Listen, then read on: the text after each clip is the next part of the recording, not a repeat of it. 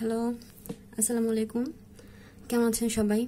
আশা করছি সবাই ভালো আছেন এবং এই লকডাউনের মধ্যেও সবাই ভালোভাবে পড়াশোনা চালিয়ে যাচ্ছেন। তো আমরা অনুশীলনী 6.2 করছিলাম। তো অনুশীলনী 6.2 এর আমরা 13 এবং 14 নম্বর অঙ্ক দুটো পড়ব এবং প্রশ্ন বুঝব। এই দুটো অঙ্ক মানে এই চ্যাপ্টারের অঙ্ক পরীক্ষার জন্য খুবই গুরুত্বপূর্ণ। তো চলো শুরু করি, কথা না বাড়িয়ে। আচ্ছা, প্রথমে আমরা প্রশ্ন বুঝে নিই। কি বলেছে এখানে? 5 বছর পূর্বে পিতা ও পুত্রের বয়সের অনুপাত ছিল 3:1। 3, তাহলে এটা হচ্ছে পিতার বয়স। দেখো এখানে আগে পিতা উল্লেখ আছে, তাহলে এটা হচ্ছে পিতার বয়স। পিতার বয়স না, বয়সের অনুপাত। এবং পরে আছে কি পুত্র, তাহলে এটা হচ্ছে পুত্রের বয়সের জন্য এটা প্রযোজ্য হবে। আচ্ছা, 15 বছর পর, এটা কিন্তু 5 বছর পূর্বে। আবার এবার কি দিচ্ছে? 15 বছর পর পিতা ও পুত্রের বয়স অনুপাত হবে 2:1। পিতা ও পুত্রের বর্তমান বয়স নির্ণয় করো। দেখো এখানে 5 বছর পূর্বে পিতা ও পুত্রের বয়সের অনুপাত দেওয়া এবং 15 বছর পর পিতা ও পুত্রের বয়সের অনুপাত দেওয়া, কিন্তু বর্তমান কোনো বয়স সম্পর্কে দেওয়া নেই। তো আমরা বর্তমান থেকে অতীতে যেতে পারি, বর্তমান থেকে অতীতে যেতে পারি, আবার বর্তমান থেকে ভবিষ্যতে যেতে পারি। তো এই কারণে আমরা পিতা ও পুত্রের বর্তমান বয়স নির্ণয় করতে বলেছে, সেটাকে ধরে নিব। কি ধরে নিব? ধরি পিতার বর্তমান বয়স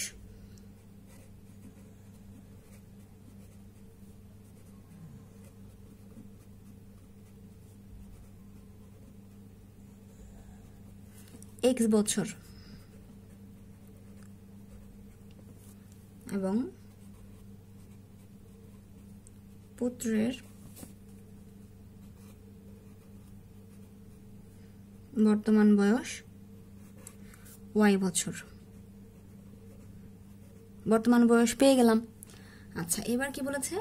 5 বছর পূর্বে, 5 বছর পূর্বের কথা বলেছে। এটা তো বয়সের অনুপাত, এটা বয়স তো না।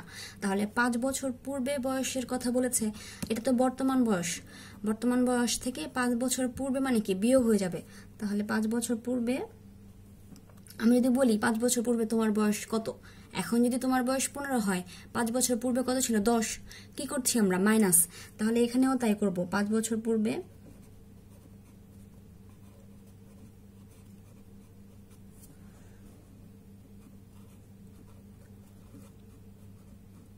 পিতার বয়স কি করব? বর্তমান বয়স থেকে 5 বিয়োগ x-5 বছর এবং 5 বছর পূর্বে পুত্রের বয়স কি করব? বর্তমান বয়স থেকে 5 বিয়োগ করব। আচ্ছা, তাহলে এটা 5 বছর পূর্বে পিতার বয়স পেলাম, 5 বছর পূর্বে পুত্রের বয়স পেলাম। আচ্ছা, এবার আমরা কি করব? এখানে আরেকটা কি ক্লু দেওয়া? 15 বছর পর। তাহলে 15 বছর পর কি হবে? 15 বছর পর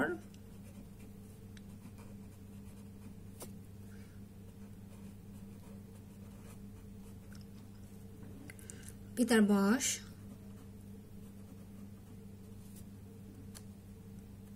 বাড়বে। তাহলে বাড়লে কি হবে? যোগ x+15। কার সাথে হবে? বর্তমান বয়সের সাথে হবে। আচ্ছা, 15 বছর পর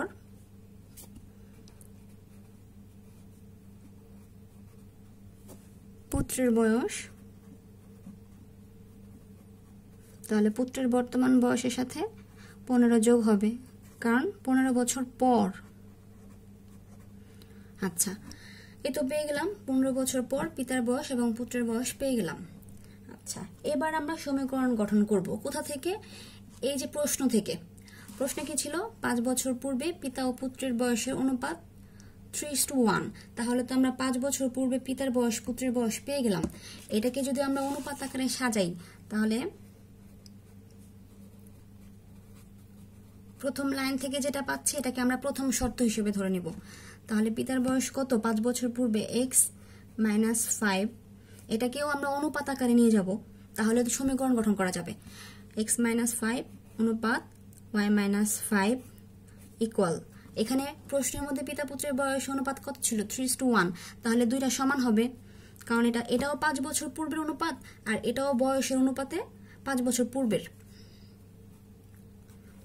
আচ্ছা, তো এটাকে আমরা সমীকরণ অনুপাত আকার থেকে কিভাবে লিখতে পারি, x মাইনাস 5 উপরে আর এটা হচ্ছে হর হিসেবে আসবে y মাইনাস 5, অনুপাত আকারে থাকলে আমরা এইভাবে লিখতে পারি 3/1। আমরা যদি আর গুণন করে দিই তাহলে কি আসবে, 1 এর সাথে এটা গুণ হয়ে কত হবে, x মাইনাস 5 ইকুয়াল, এটা গুণ করলে কত হবে, 3 দিয়ে এটাকে গুণ করলে কত হবে, 3y মাইনাস 3 5 যা 15। কি করলাম, এটা আর গুণন করে দিলাম, সাইড নোটে দিতে পারি আমরা, আর গুণন করে। আচ্ছা, তো এখন এখান থেকে ওয়াইটাকে আমরা বাম পাশে নিয়ে আসবো আর মাইনাস 5টাকে ডান পাশে নিয়ে যাব, তাহলে কি হবে, x minus 3y equal minus 15 plus 5। সুতরাং x minus 3y equal minus 10। এটাকে আমরা কি করব, 1 নম্বর সমীকরণ দিয়ে দিব। সমীকরণ গঠন করা হয়ে গেলে আমরা আগের চ্যাপ্টারে যে পড়েছি প্রতিস্থাপন এবং অপনয়ন, সেই পদ্ধতিতে সলভ করতে হবে। তো এটা আমরা প্রথম শর্ত মতে এই সমীকরণটা পেলাম, এবার আমরা দ্বিতীয় শর্ত মতে যাব।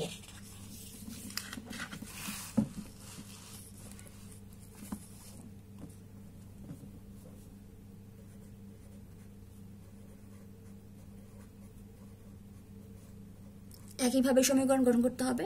আর দ্বিতীয় শর্ত মতে কি ছিল, 15 বছর পর, 15 বছর পর পিতার বয়স কত ছিল, x প্লাস 15,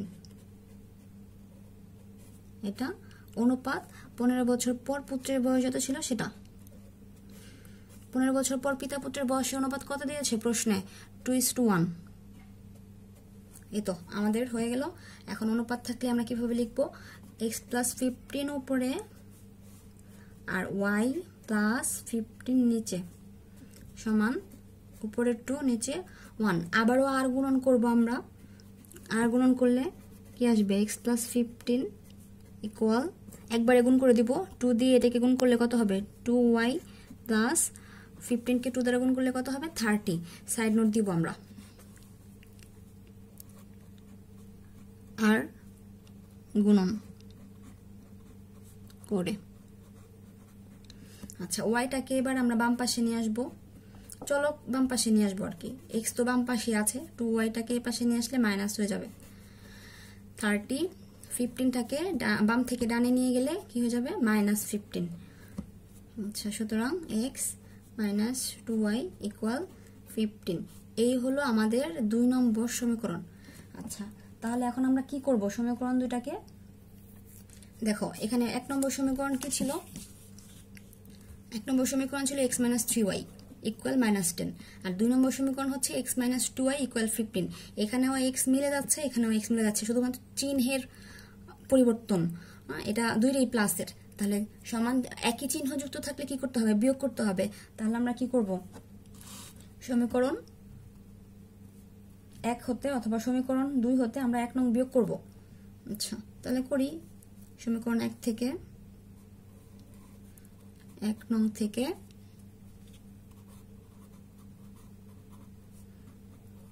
2 নং বিয়োগ করি।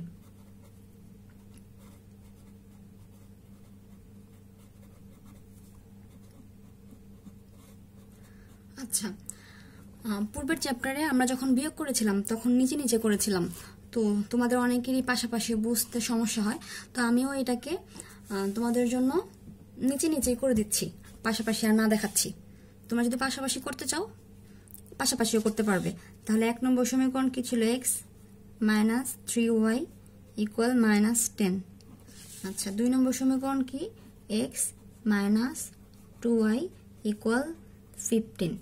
আচ্ছা, এক্ষেত্রে অবশ্যই লক্ষ্য রাখতে হবে, চিহ্ন পরিবর্তন করতে হবে এবং সেটা শো করতে হবে, দেখাতে হবে, তাহলে এটা মনে মনে কি ছিল প্লাস, এটা মাইনাস হয়ে যাবে, এটা মাইনাস ছিল এটা প্লাস হয়ে যাবে, এটা প্লাস ছিল এটা মাইনাস হয়ে যাবে, এবং চিহ্ন পরিবর্তন করার পর আগের যে চিহ্নগুলো ছিল এগুলোর কোনো ভ্যালু থাকবে না।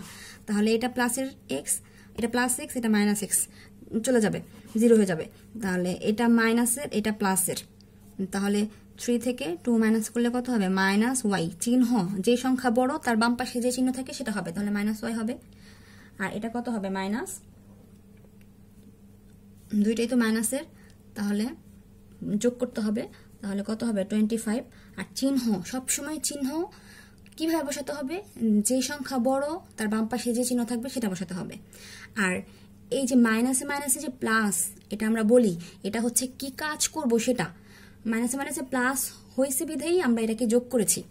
আচ্ছা, তাহলে দুই পাশ থেকে -1 চলে যাবে, সরি মাইনাস চলে যাবে কিভাবে, -1 দ্বারা গুণ করে, -1 দ্বারা উভয় পক্ষকে গুণ করে, উভয় পক্ষকে গুণ করে। আচ্ছা, তাহলে ওয়াই এর মান কত পেলাম, 25। ওয়াই কি ছিল, পুত্রের বয়স, তাহলে আমরা পুত্রের বর্তমান বয়স কত পাচ্ছি, 25, 25 বছর। আচ্ছা, এখন ওয়াই এর মান আমরা কি করব, ওয়াই এর মান আমরা যে কোনো একটা সমীকরণে বসিয়ে দিব, ওয়াই এর মান 2 নং এ বসিয়ে দিই।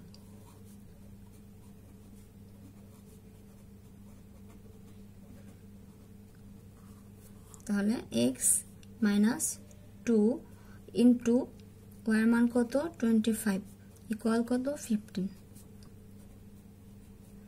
এক্স মাইনাস 25 দুগুণে কত, 50।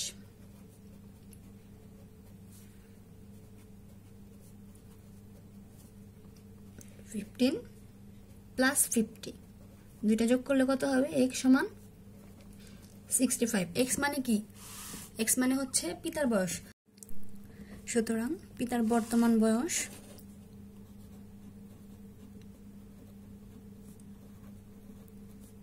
65 বছর এবং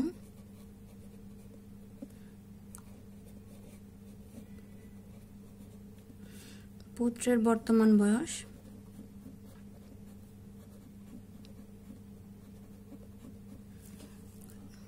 25 বছর। আচ্ছা, তো এখন আমরা 14 নম্বর করব।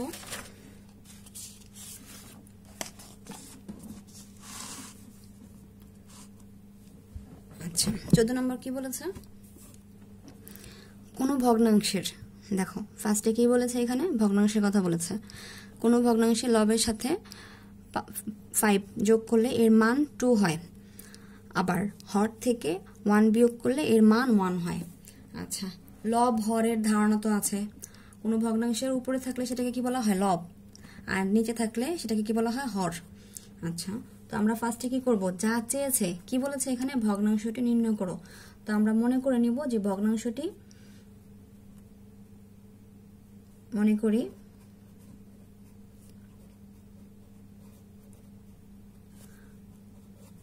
ভগ্নাংশ গঠন করার জন্য তাহলে কি লাগবে, লব এবং হর। তাহলে মনে করি ভগ্নাংশটির লব ধরে নিলাম আমরা x, লব হচ্ছে x, এবং ভগ্নাংশটির হর, হর হলো y। লব যদি x হয় এবং হর যদি y হয় তাহলে ভগ্নাংশটি কি হবে, সুতরাং ভগ্নাংশটি হবে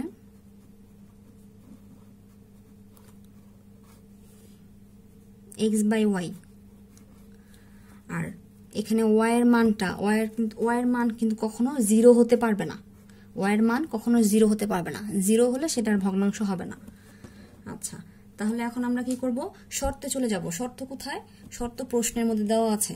আচ্ছা, তাহলে আমরা লিখি যে প্রথম শর্ত, প্রথম লাইন থেকে আমরা যেটা পাবো সেটাকে আমরা প্রথম শর্ত ধরে নিব। আচ্ছা, ফার্স্টে লিখি, ভগ্নাংশটা লিখি, ভগ্নাংশটা কি ছিল আমার, x/y। আচ্ছা, কি বলেছে, ভগ্নাংশের লবের সাথে 5 যোগ করলে এর মান 2 হয়।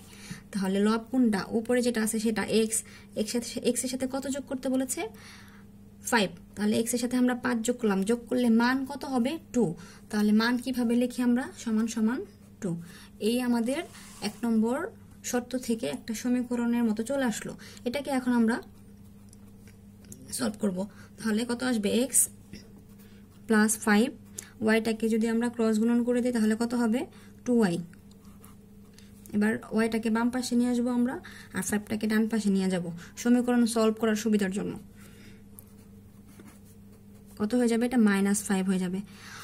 এটাকে আমরা দিব 1 নম্বর সমীকরণ। আচ্ছা, এবার আমরা দ্বিতীয় শর্ত থেকে সমীকরণ গঠন করব। তাহলে কি লিখব? দ্বিতীয় শর্ত মতে। আচ্ছা, তাহলে আগে কি লিখবো? আগে ভগ্নাংশটা লিখি। ভগ্নাংশটা কি ছিল? x/y। এবার দ্বিতীয় শর্তে কি বলেছে? যে হর থেকে 1 বিয়োগ করলে এর মান 1 হয়। হর থেকে 1 বিয়োগ করলে এর মান 1 হবে। তাহলে হর কোনটা? নিচে যেটা আছে সেটা। তাহলে হর থেকে কি করতে হবে? 1 বিয়োগ করতে হবে। 1 বিয়োগ করলে মান কত হবে? 1 হবে। তাহলে সমান সমান দিয়ে আমরা কত লিখব? 1। এখন আমরা কি করব? ক্রস গুণন করব। ক্রস গুণন করলে এটার সাথে কিন্তু এটা গুণ হবে। কেন? এটা তো পূর্ণ সংখ্যা। পূর্ণ সংখ্যা সবসময় উপরের সংখ্যা, তো এটা নিচে মনে মনে 1 আছে। যদি আমরা গুণ করি তাহলে কি হবে? x = y - 1। মোট কথা হলো এটা ভাগ আছে, এটা এখানে 1 এর সাথে গুণ হয়ে এটাই হবে।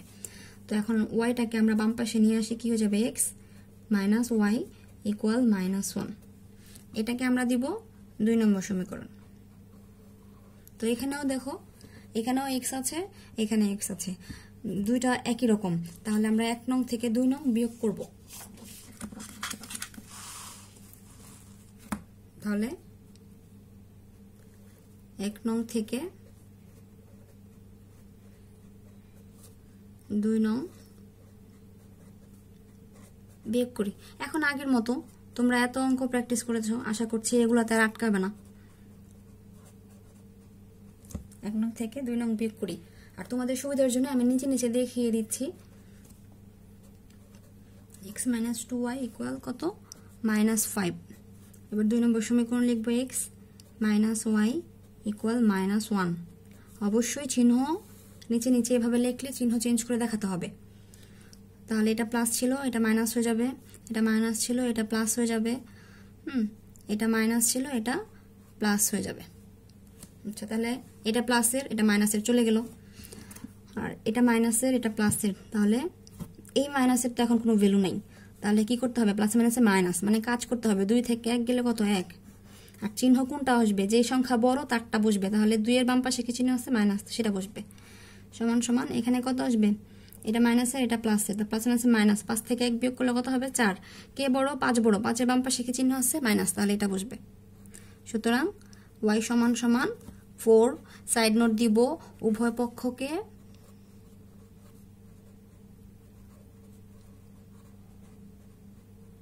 -1 দ্বারা গুণ করে।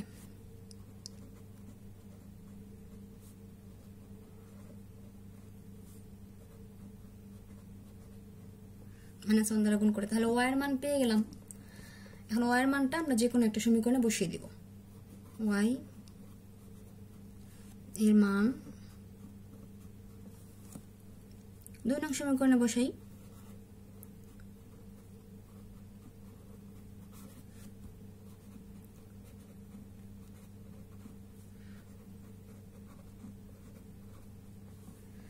দেখো, এখানে আগে অনেকে সমীকরণ লিখে রাখো। সমীকরণ লিখলে হবে না, কারণ তুমি এখানে অলরেডি বলে ফেলছো যে মান বসাই। তার মানে কি? এটা মান বসাতেই হবে। x - y এর মান কত? 4। তাহলে y এর জায়গায় কত বসবে? 4 = কত? -1। আমাদের মান বসানো হয়ে গেল।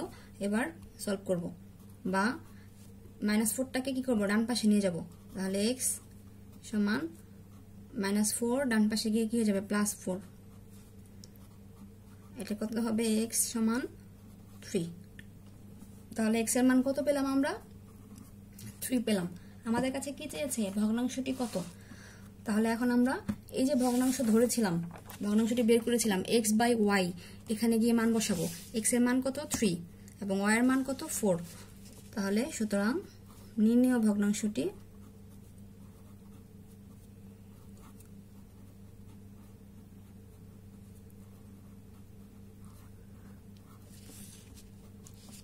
x এর মান বসবে উপরে এবং y এর মান বসবে নিচে। এই হলো আমাদের আনসার। তো আশা করছি সবাই বুঝতে পেরেছো। তো যদি মনে হয় যে তুমি বুঝতে পারছো, তোমার বন্ধু বুঝতে পারবে, তাহলে ভিডিও শেয়ার করো, তাহলে তোমার বন্ধুরা সবাই উপকৃত হবে। ওকে, আল্লাহ হাফেজ, ভালো থাকো সবাই, সুস্থ থাকো, বাসায় থাকো এবং বেশি বেশি পড়াশোনা করো।